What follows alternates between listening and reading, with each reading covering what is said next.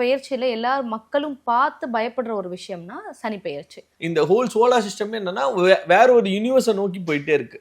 அப்போ இப்போ நகரும் போது நம்மளும் சேர்ந்து தான் நகர்றோம். ஸோ அங்கே ஒரு சேஞ்சஸ் நடக்கும்போது என்ன ஆகும் அப்படின்னா இங்கே எர்த்தில் ஒரு சேஞ்சஸ் நடக்கும். ஸோ எர்த்தில் வந்து நம்ம வந்து பெரிய ஒரு ஆள்லாம் கிடையாது, நம்ம ஒரு சின்னோண்டு ஒரு எறும்பு தான், எறும்பு கூட கிடையாது, அதோட ஒரு சின்ன ஆள் தான்.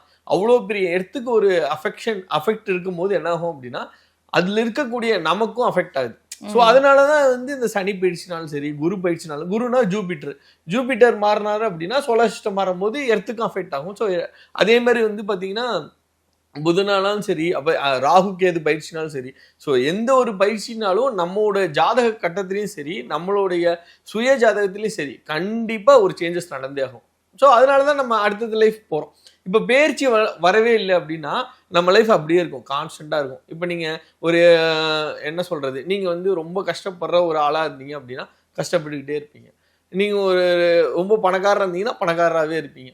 ஸோ இந்த ஒரு டிரான்சிஷன் நடக்கிறனால என்னன்னா லைஃப்பில் அப்ஸ் அண்ட் டவுன்ஸ் இருக்குது, உங்கள் லைஃப்பும் நல்லா இருக்குது.